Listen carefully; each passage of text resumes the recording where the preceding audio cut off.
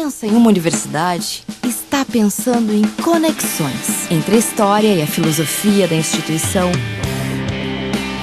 entre a estrutura e a equipe, entre os cursos e as necessidades do mercado.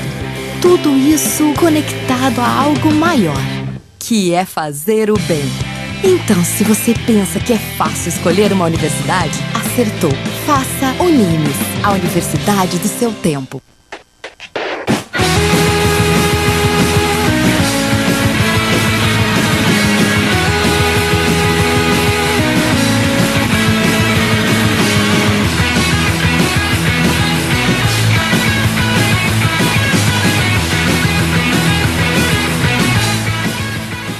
Quando eu estou aqui, eu vivo este momento lindo. E é nessa terça-feira que começa mais um Papo Digital. Eu sou o Lucas De Gasperi. Eu sou o Alan De Gasperi. Bom dia. Não foi muito Roberto Carlos, foi quase uma Marília Gabriela, né? Nesse momento, Por quê? eu vivo esse momento lindo, porque... Nos estúdios conosco, Rafael Martins, que conversará sobre publicidade digital no mundo da internet. Maravilha, show. Começando as nossas bizarrices e notícias da tecnologia, nós temos uma notícia assim interessante, triste e talvez cômica. Nossa, né? caramba. Você vê? É uma comédia dramática. É praticamente uma novela mexicana. Uma novela mexicana. Por incrível que pareça, o carro da Google foi multado. Opa! Estava correndo muito?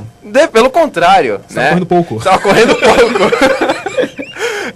A Google tem um projeto de um carro que não tem motorista. Certo. Eles estavam testando esse carro numa via.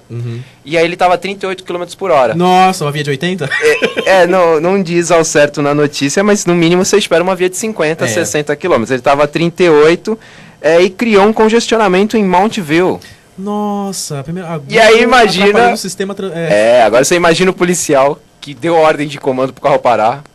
O carro provavelmente não parou, já virou desacato. A polícia toda atrás do carro da Google. A 38 km por hora. A perseguição intensa, a velocidade mínima.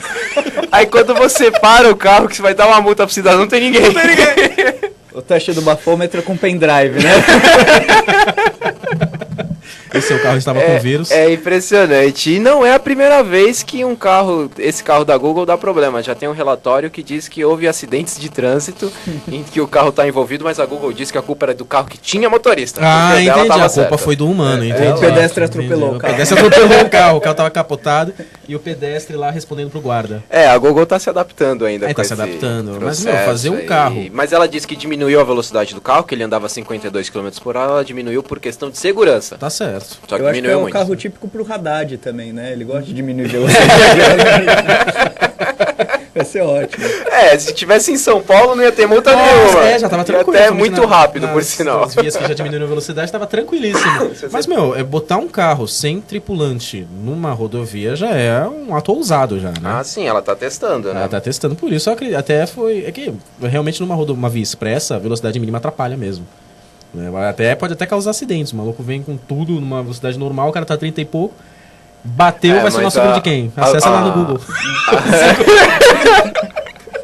O carro de trás vai xingar quem, né? Seu filho de uma placa-mãe. Mais ou menos isso.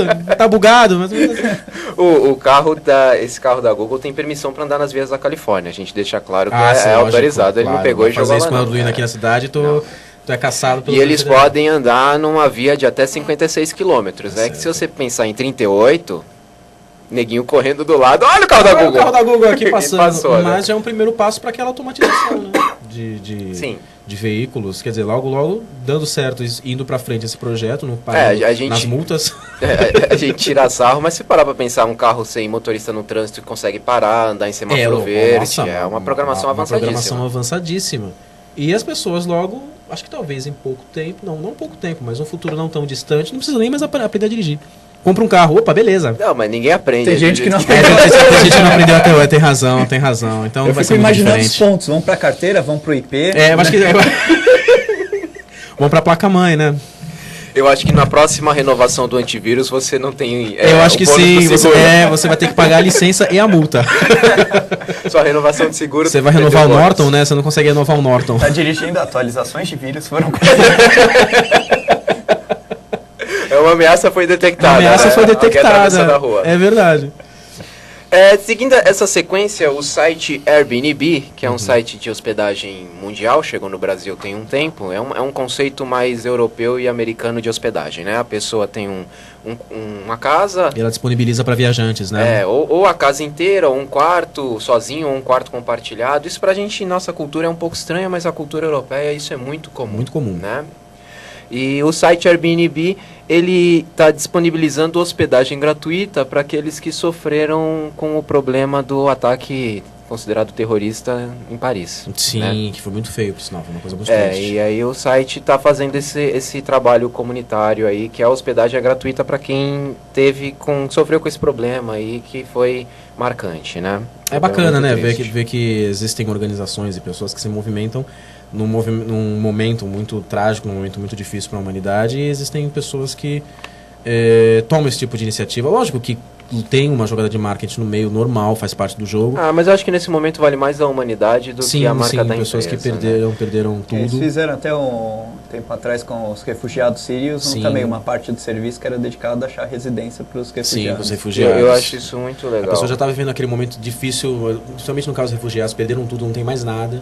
E eles estão oferecendo pelo menos um teto para eles poderem... A humanidade, né? Reconstruir a vida. E a startup colocou a seguinte frase: se você puder, nós esperamos que você fortemente considere ajudar aqueles que estão em necessidade ao listar como disponível sua casa a um baixo ou nenhum custo. Sim. Então o site reduz o custo deles ou vai a zero e também te incentiva a fazer isso durante um período. Que maravilha, que maravilha.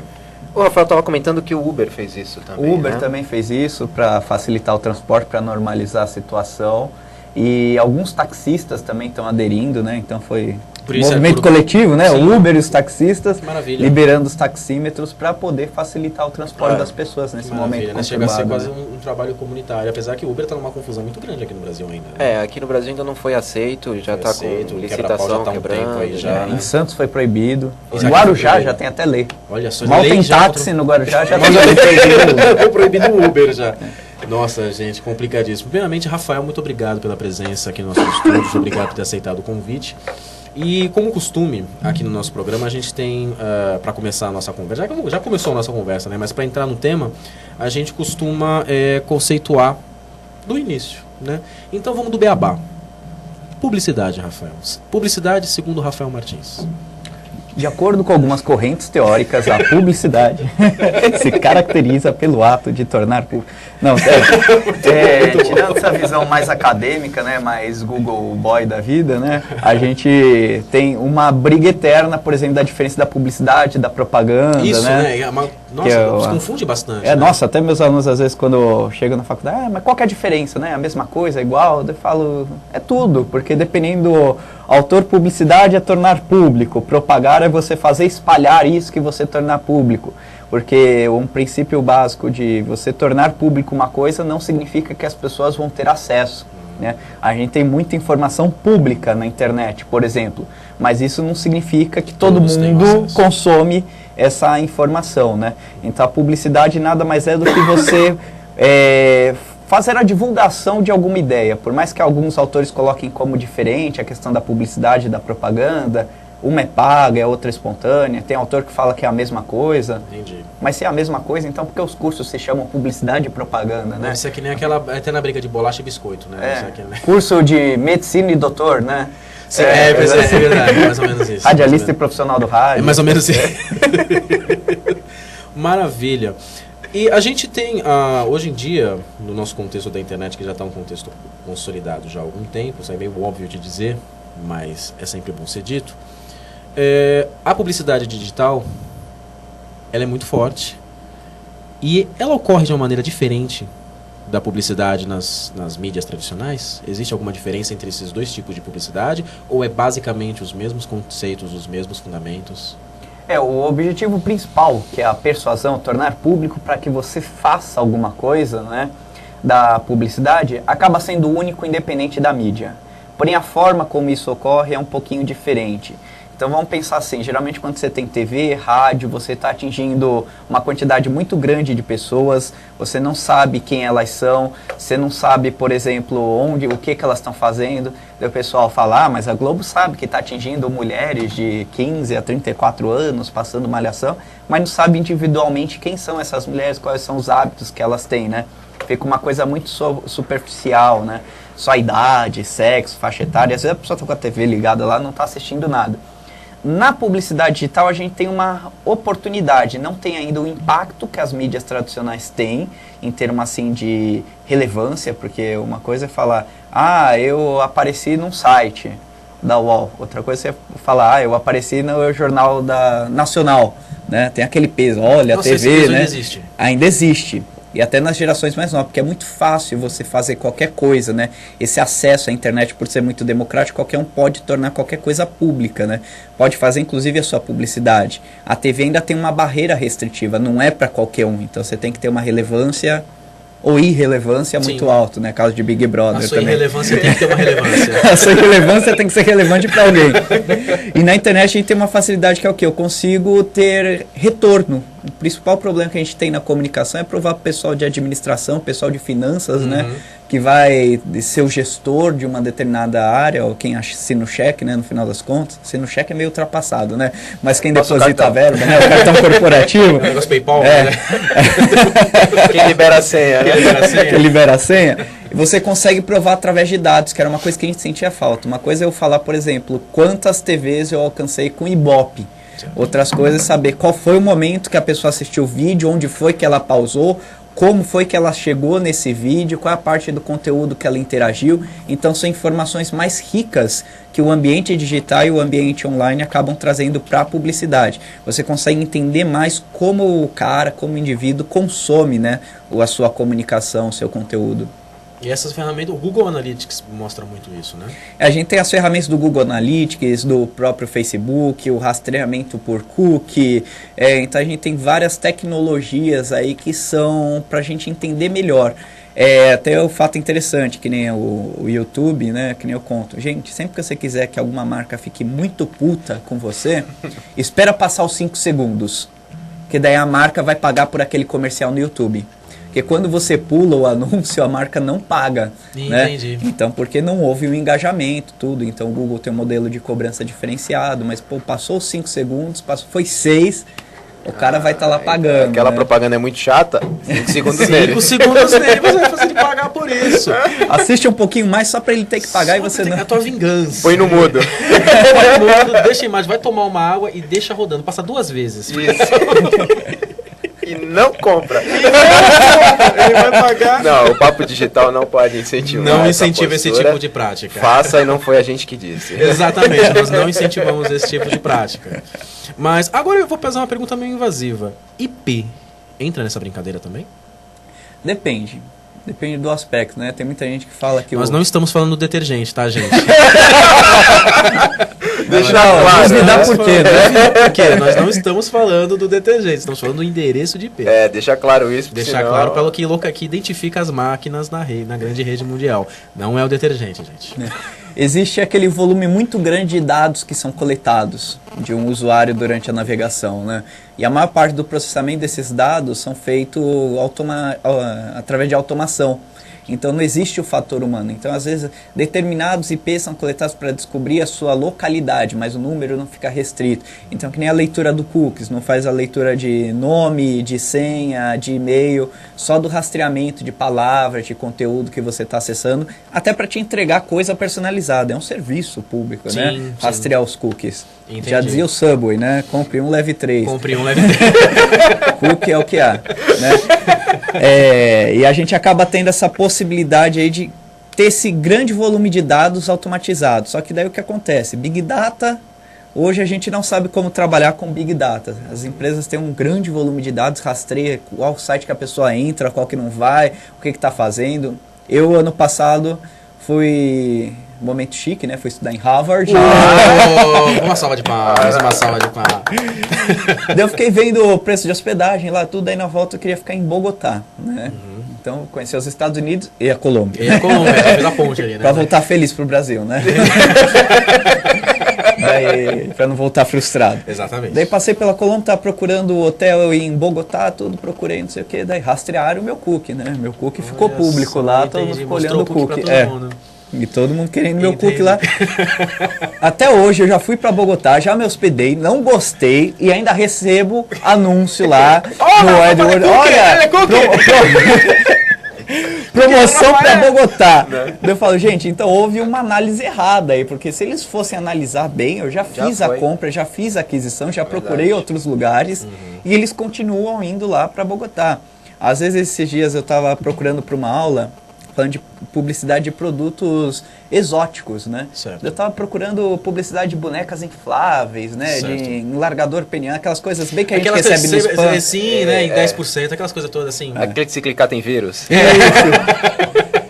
E, inclusive, não sei o que essas empresas que mandam spam imaginam primeiro que eu tenho seio, que eu tenho um pinto pequeno e que eu sou broxa. Eu acho que sim, né, cara? Porque só me oferecem largador peniano, Viagra, Invisible Bra.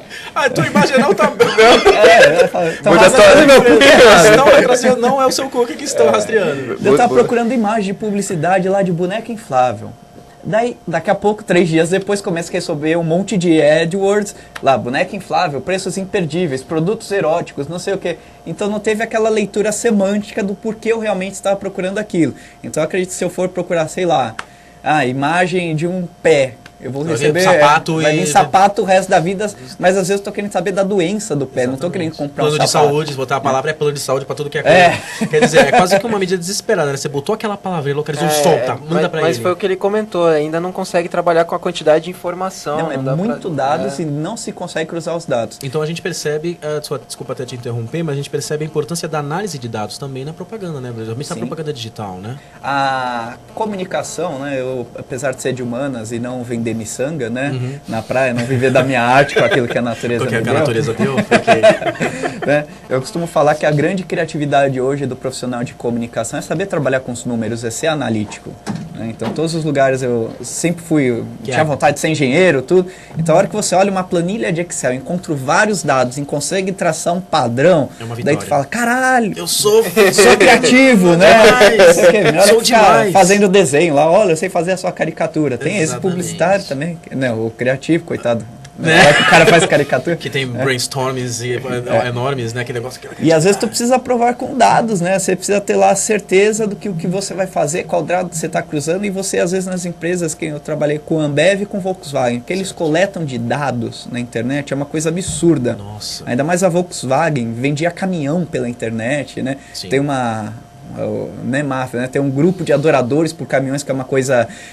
volumosa, que eu nunca imaginaria, né? Nossa, monta uma página para fãs de caminhões na internet. Montei. Daí, um mês lá, tinha 1.500.000 gente! seguidores. Eu falei, caramba, como tem gente que gosta de caminhão, né? Nossa, impressionante. Então, você tem um volume muito grande, mas às vezes você não consegue trabalhar.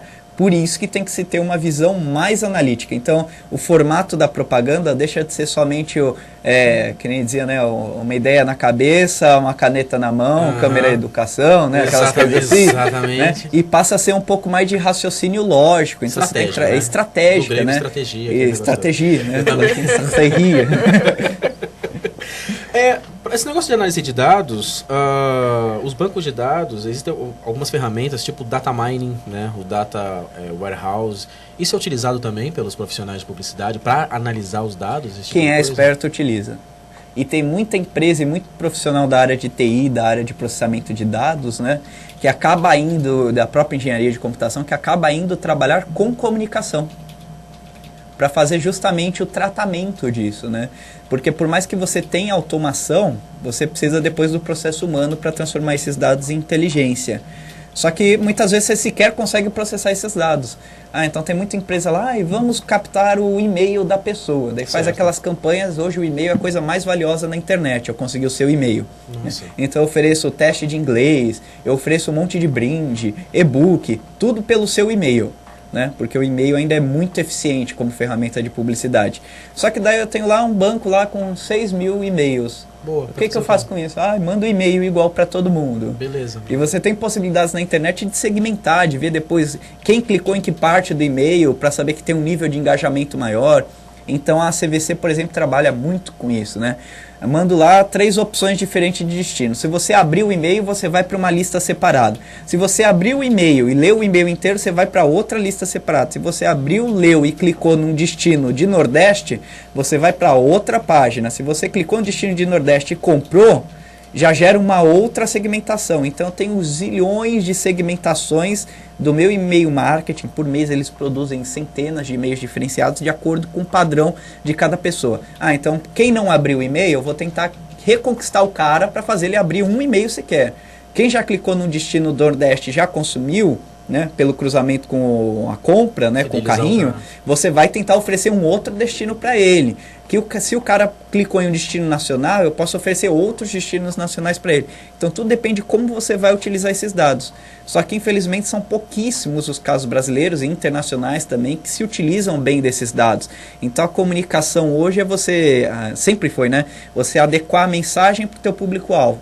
Agora eu tenho ferramentas que vão te dizer exatamente quem é o público-alvo.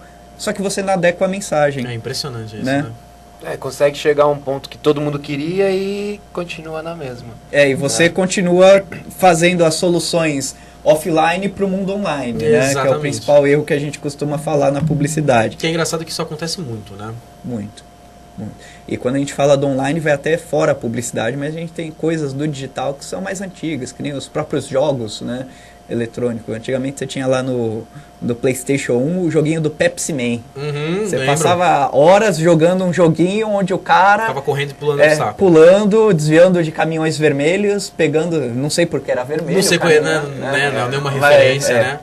Não tem nenhuma referência. Daí você ficava correndo atrás para coletar o maior número possível de latinhas da Pepsi em menos tempo. Então você estava lá imerso, passava horas brincando com uma publicidade dentro de um jogo, né? Hoje, por exemplo, ninguém mais joga um FIFA da vida, um GTA, um jogo mais realista, né? Que não tenha publicidade. Então, FIFA precisa ter a publicidade lá no fundo. O GTA precisa ter o outdoor na cidade para aparecer cidade, né? Ele vai pilotar o carro da determinada marca. Sim, precisa ser real. Então, as pessoas esperam já isso. A metralhadora de determinada marca também. É a indústria bélica, né? Colaborando. Propaganda. Essa AK-47 aqui para você.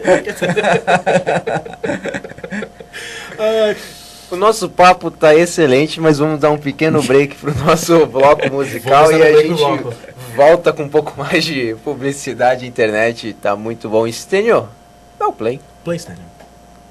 Play, Stênio. Qual que é a data hoje? Hoje é dia 17 do 11. 17 do 11. Continua falando alguma coisa. Então, quando eu estou aqui, eu cantar o Roberto Carlos. Eu tô no computador errado. Pequenos problemas técnicos. O que aconteceu em 17 de 11 de 1952? Nossa, impressionante. Podemos agora? Agora podemos, Stênio. Dá o play, Stênio.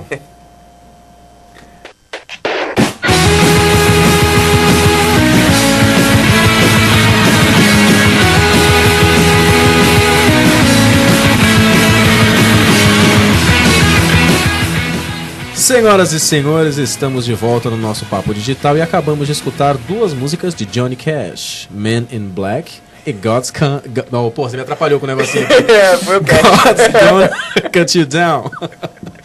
Rafael, a gente estava conversando agora, no intervalo, um pouco sobre as redes sociais e o meio que elas representam na publicidade. Comenta um pouquinho isso pra gente, por favor. Então, a gente costuma pensar principalmente que a maior parte do investimento do digital, né, que as pessoas, as agências, as empresas fazem, vão para mídias sociais. Não é. Até porque muito se fala sozinho, né? A gente faz muito mais como a gente estava conversando, o papel de termômetro, o papel de direcionador. Então é uma porta de entrada que a gente tem em algum assunto. As mídias sociais acabam dizendo sobre o que a gente vai pensar, baseado no que a gente viu na TV, do que está se conversando, então acaba pautando as conversas. E o mais interessante é que elas acabam gerando muito da espontaneidade, né? Então eu consigo saber, por exemplo, a reação das pessoas para determinado estímulo que eu dei pelas redes sociais. Mas em termos de investimento, assim, se a gente fosse... Estou aqui com o gráfico da IAB, né? 7% de toda a verba da publicidade digital vai para social. A maior parte, 43%, vai para a parte de busca. Então o que é o carro-chefe da publicidade digital? É você digitar alguma coisa no Google, aparecer lá um resultado. né? Então ainda tem aí, onde dá dinheiro pro tio... Pro tio não, porque ele não tá mais lá, né? Pro alfabeto agora. É verdade, é verdade. Pro Google, né? Porque as buscas ainda é um volume muito grande, porque é muito eficiente. Tem essa brincadeira entre os AdWords, né? Isso, entre os AdWords, entra link patrocinado, entra já uma parte dos Facebook Ads. É que tem uma coisa interessante de eu fazer publicidade no Google e no Facebook. A publicidade no Facebook tá me entregando alguma coisa que eu ainda não esperava, baseada nos meus comportamentos. Então eu entrego um anúncio porque eu tava vendo pé, daí eu te entrego um sapato, né? Certo. Ou tava vendo viagem, te ofereço uma mala. No Google ele entrega exatamente o que eu quero. Então eu tô lá, onde vou comprar uma mala? Daí aparece a loja de malas. Né? Então são objetivos bem diferentes. E são concorrentes diretos? Não, os objetivos em termos de estratégia de publicidade para o Google é você entregar o cara com base naquilo que ele está procurando. E no Facebook com base no comportamento dele, algo que às vezes ele nem está esperando também. Né? Daí você acaba cruzando isso com os dados do que você posta no seu Facebook, como você interage. O Facebook agora tá com uma autorização, por exemplo, se você comenta alguma coisa no WhatsApp, conversa com alguém, já te sugere como amigo, então já acha que você tem sei lá, adicionei o Alan lá no WhatsApp, daí já tá achando que eu sou amigo do Alan. Olha, o seu amigo o Alan está no Facebook, gostaria de adicioná-lo? Conheceu ontem. Não. Ele não queria nem aceitar no WhatsApp. Já faz umas leituras meio equivocadas, mas daí o erro existe, porque tudo na internet ainda, até com base, o que você posta na rede social, não sei o que, são termômetros, daí tem aquelas plataformas para verificar se a pessoa está falando de uma marca ou não, mas às vezes o cara entra lá na página de uma marca da TAM e fala, legal, hein, TAM? Fudeu com a minha vida. Aí aparece lá no monitoramento, olha, fulano de tal achou legal a sua atividade. É legal, o cara foi irônico, não entende a ironia. Né? Ainda não entende a parte semântica, né? A internet ainda não é inteligente a esse ponto de fazer a leitura toda da frase. Faz por palavras soltas e às vezes dessas confusões que a gente encontra aí de resultado de busca, né? E o mesmo se dá, falando em rede social, com o Instagram e Twitter, ou o Facebook ainda é a plataforma principal para verificar o comportamento das pessoas? Então, as pessoas têm personas diferentes em cada rede. Você tem isso, papel diferente. Então hoje o Facebook ele está se tornando um papel muito mais de propagador. Então você é um curador de um conteúdo e vai entregar essa curadoria para alguém. Está muito rara a produção de conteúdo autoral no Facebook, né? Um comportamento típico. As gerações novas, mais novas, né? Que a gente tá tudo velho já, né? Já foi. Somos ultrapassados. Pra você ter uma noção, eu entrei um dia numa sala de aula do ensino médio e falei, quem aqui tem LinkedIn? Daí falaram pra mim, esse negócio de velho, meu pai, meu vô deve ter. Eu falei, como assim, gente? LinkedIn é coisa de velho. Né? Mas cada um tem uma persona. Então a pessoa, o perfil Rafael, no LinkedIn é uma coisa, no Facebook é outra. E no Instagram eu tenho um ar mais de aspiracionalidade. Então eu quero, em termos gerais, sempre tem aquele que foge da regra, né? Não sei o quê. Mas eu quero buscar aspiração, às vezes, em querer ser alguma coisa que eu ainda não sou, mas que eu quero me sentir como. Entendi. Então, porque você tem o trabalho do uso de imagens. E tem as redes novas que estão ganhando. Então, tem o Periscope, tem o Twitter, que está voltando com as gerações mais novas, principalmente. O Twitter tinha muito esse papel de curadoria de conteúdo, né? Eu selecionava aquilo que eu queria que os outros vissem. Agora, o Twitter está indo para o conteúdo autoral, né? As pessoas no Twitter. E quem é que determinou isso? Foram os próprios usuários que entraram no acordo. Vai se substituindo o papel de cada uma das mídias. Tem o Snapchat, que eu achava que era só para mandar foto pelado pros outros. Né? Se autodestruía, né? Não, as pessoas mandam coisas inocentes também, né? Sim. E às vezes manda até coisas que estão acontecendo em tempo real, né? Por exemplo, em próprios incidentes, como o que aconteceu na França e em outros lugares, pelo Snapchat o cara já divulga uma imagem que está acontecendo e solta para a rede toda. E de uso até do próprio jornalismo, né? Sim. As mídias vão se adaptando, né? Porque que nem a gente fala, a mídia é só um meio. As pessoas que vão determinar como utilizar aquele meio. A própria revista se reinventou. Então a revista não passa mais conteúdo inédito. Porque o conteúdo inédito está na internet, né? E antes da internet estava na TV. Só que na internet você tem tanta informação, não sabe mais no que acredita, no que foi apurado, no que não foi, que daí você compra a revista, que a revista já fez o trabalho. Então, sei lá, eu gosto de academia, daí você tem a revista lá, suplementos, né, fica grande, porra, né, aquelas coisas assim, que já fez a curadoria de assunto do que é verdade, do que não é, então eu não preciso mais ficar buscando em diferentes fontes. Ela trouxe junto para mim, tem a chancela de que ela teve o trabalho jornalístico por trás e entrega isso para mim. Não é à toa que a gente continua vendendo muita revista no Brasil, cada vez tem mais título segmentado, né? Então foi uma reinvenção que a revista teve no termo de consumo de conteúdo. Cinema, né? A gente também não vai mais no cinema só para ver o filme inédito. É verdade. Você quer ver o filme, você pega e vai assistir em casa. É verdade. Baixa lá no Popcorn Time. Mas é verdade, o cinema acaba sendo a própria experiência de ir ao cinema. É a função social. Você vai por uma experiência, você vai para sair da sua casa, né? Assistir um filme no lugar público com outras pessoas. Ah, mas tem quem vai sozinho. Sempre tem as exceções, né? Sempre. Pois é. Mas mesmo assim é uma experiência diferente, uma qualidade de áudio diferente. Então as mídias sociais também, elas já estão ficando velhas, né? Já não são mais assim a última bolacha, o último biscoito do pacote, né? Ou bolacha, ou enfim, o último crank a última traquinas do pacote. Mas passaram a ser assim uma coisa que vai se evoluindo e vai se reinventando. Então já tem as pessoas que estão fugindo das redes sociais, porque é um novo comportamento. Antigamente ser cool era estar nas redes sociais.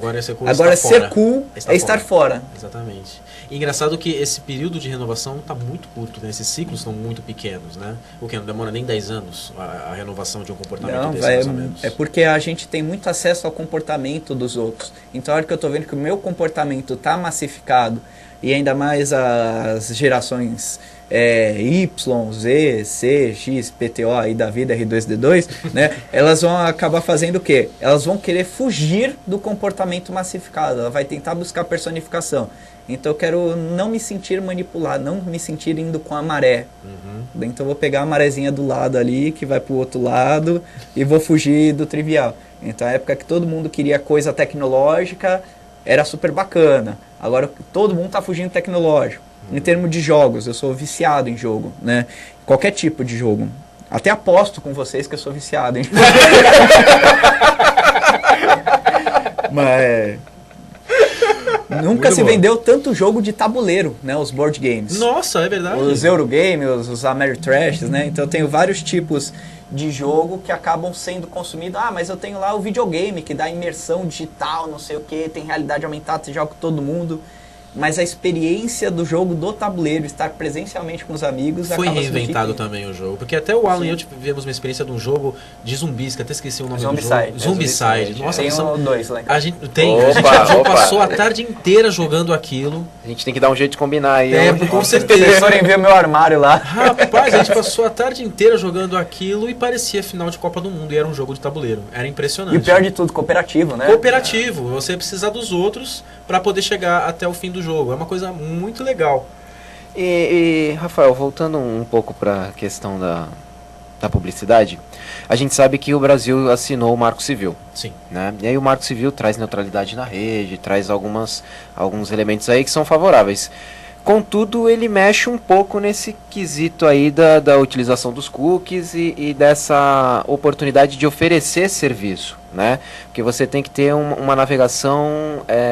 imparcial. Isso, imparcial e anônima, transparente. Você não pode sofrer influência na sua compra, né? Isso você acha que vai afetar muito? O que vai acontecer? Então, por um lado é bom ter o Marco Civil, por outro lado é um pouco ruim, porque é um texto muito poético, né? Então, assim, tá muito próximo. Primeiro, ele está com uma vida muito curta, que ele se ateve não nas funções, mas nas técnicas, e as técnicas mudam. Né? Muito rápido. Com uma rapidez extrema. E o que acontecia? O Marco Civil, ainda mais essa questão dos cookies, ele diz um pouco por alto, mas não diz especificamente, porque o cookie continua sendo anônimo.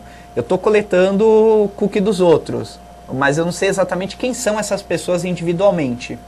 Né? A automação tem isso. Então, a automação se caracteriza como uma persona que tem acesso aos dados ou não? Só as pessoas que não podem ter acesso a dados? O que é anonimato? Anonimato é não saber o meu nome ou não saber o meu comportamento?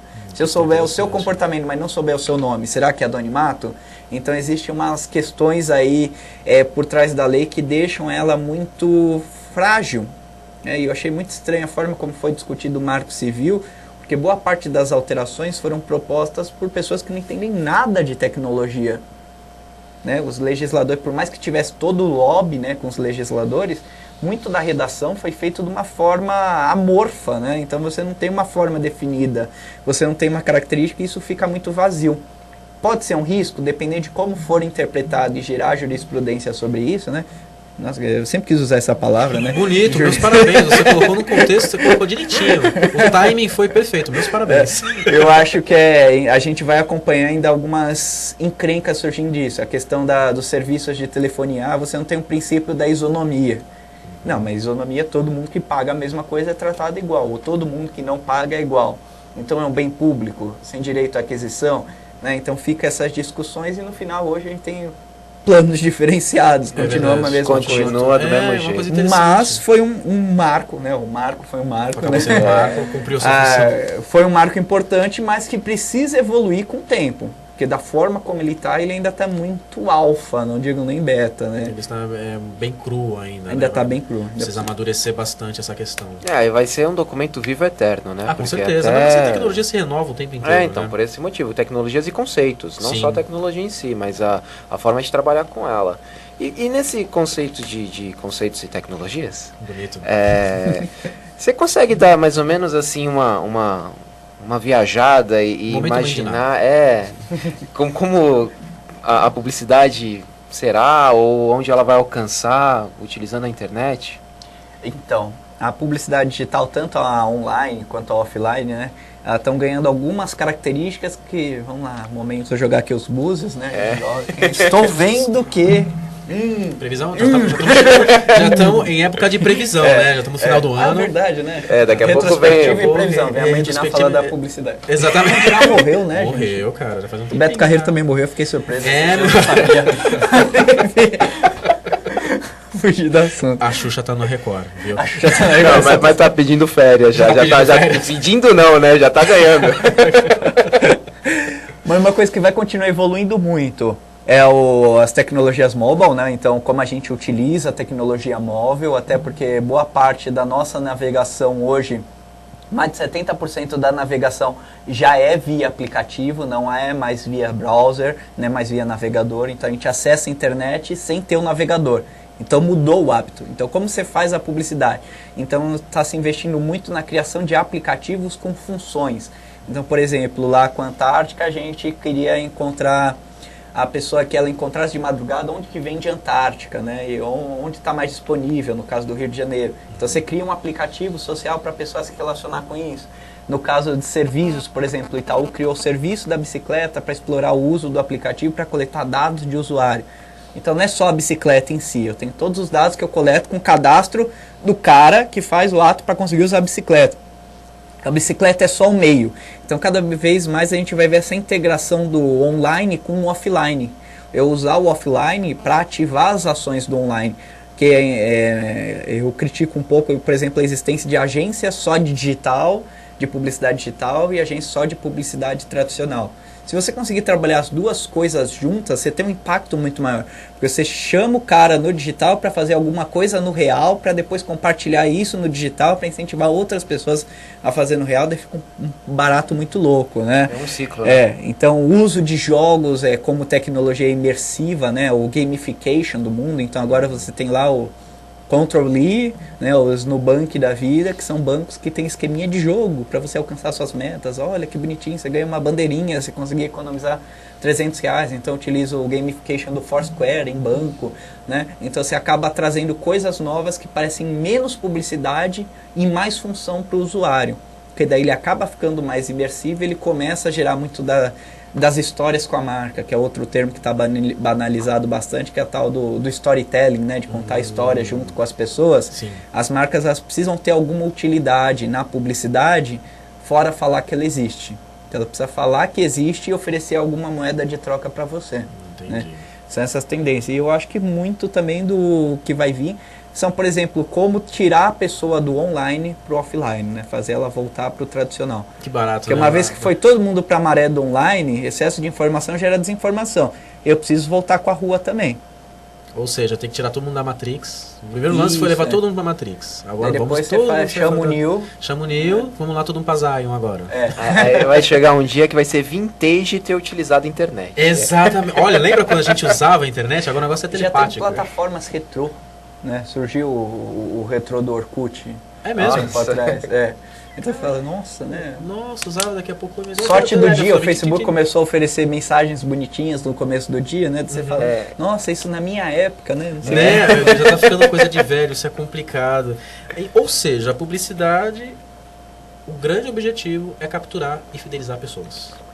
Fazer com que você faça alguma coisa. Te persuadir a fazer algo. Ou comprar, ou usar, ou até pensar sobre algo. Quero que você pense a respeito de algo. Fazer publicidade de uma causa social, então eu vou usar a publicidade também. Compre batom, compre batom, compre Não, mas aí não é pra pensar sobre, né?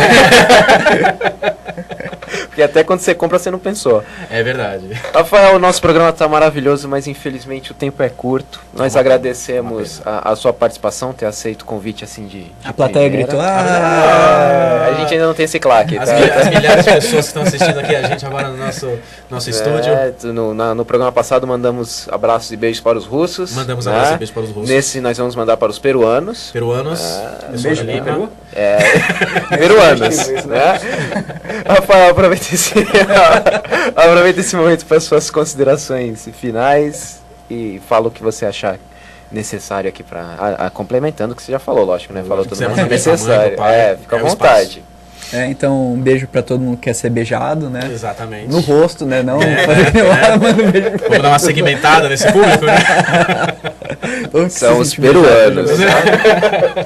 Palavras finais de sabedoria, né? Sim. Então, assim, uma coisa que eu costumo falar muito é que, ainda mais falando em digital, as pessoas, a gente tá começando a ficar chato, né, em termos de produção de conteúdo, porque ninguém mais produz nada. Isso é verdade. Então, chamar as pessoas para que produzam coisa inédita, se informem mais, né, saia da superficialidade, que até vi uma frase do Zygmunt Bauman, que ele fala da modernidade líquida, né, que essa sociedade tudo é muito fluido, né, muda de forma muito rápida, porque a gente está numa geração que tem opinião sobre tudo, mas não tem conhecimento sobre nada, né.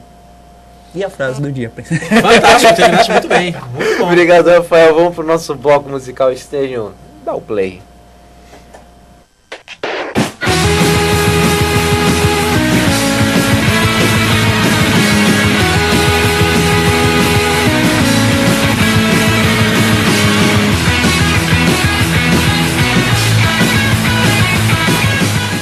Senhoras e senhores, e voltamos no nosso segundo bloco musical, escutando mais Johnny Cash. Hoje a trilha sonora foi Johnny Cash. Escutamos Ain't No Grave e Ghost Riders in the Sky, que foi tema do Motoqueiro Fantasma. Motoqueiro Fantasma 1. Motoqueiro Fantasma 1. Música... Não, foi o 2. Não foi um, foi o Motoqueiro um? Fantasma 1. Os caras deram uma repaginada na música. Foi um. Mas é um clássico. Eu sou o Lucas De Gasperi. Eu sou Alan De Gasperi. Agradecemos mais uma vez a presença de Rafael Martins aqui nos estúdios. Continue nos acompanhando nas redes sociais, facebook.com/Papo Digital no Face. Nos siga no Twitter, @Papo Digital. E nos ouça no podcast, programa papodigital.blogspot.com.br. Um abraço e até a próxima. Essa foi de uma vez, nem gasgou, cara. Impressionante, tá ficando cada vez melhor. Tchau, gente. Um beijo. Tchau, tchau.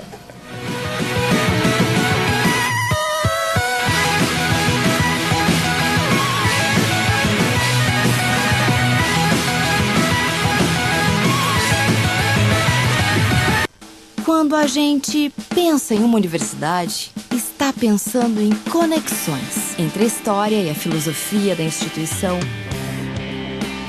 entre a estrutura e a equipe, entre os cursos e as necessidades do mercado.